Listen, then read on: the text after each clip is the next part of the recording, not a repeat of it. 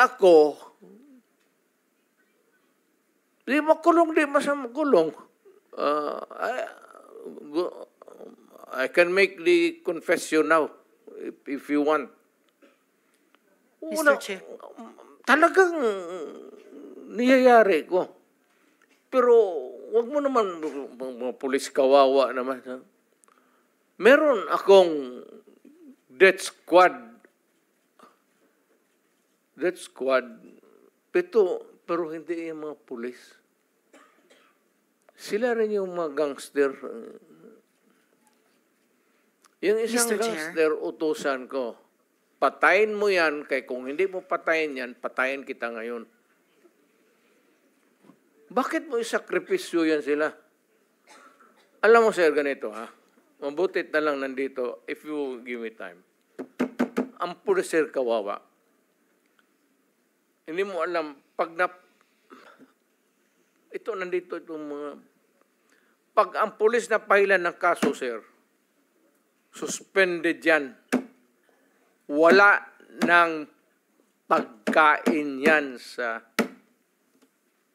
The day that the suspension is issued, that day, ang pulis wala ng pagkain, ang mga pamilya nila wala ng pera, ang mga bata wala ng pamasahe, hinto lahat. Paralyze ang pamilya ng pulis. Hindi ninyo alam yan. Kaya may kaibigan kayo ng pulis, tanungin ninyo. Yan ang buhay ng pulis. Kaya protektado ko yan sila. Pagka in the fulfillment of duty, sabi ko sa kanila, magpakamatay ako sa inyo. Pero pag nag-abuso kayo, nagpatay kayo ng tao, nag-hold up kayo, nag-kidnap kayo, putang ina, ako mismo ang papatay sa inyo. Mr. Chair. Mr. President, kayong Mr. magpahuli. President, okay, ako muna may tanong.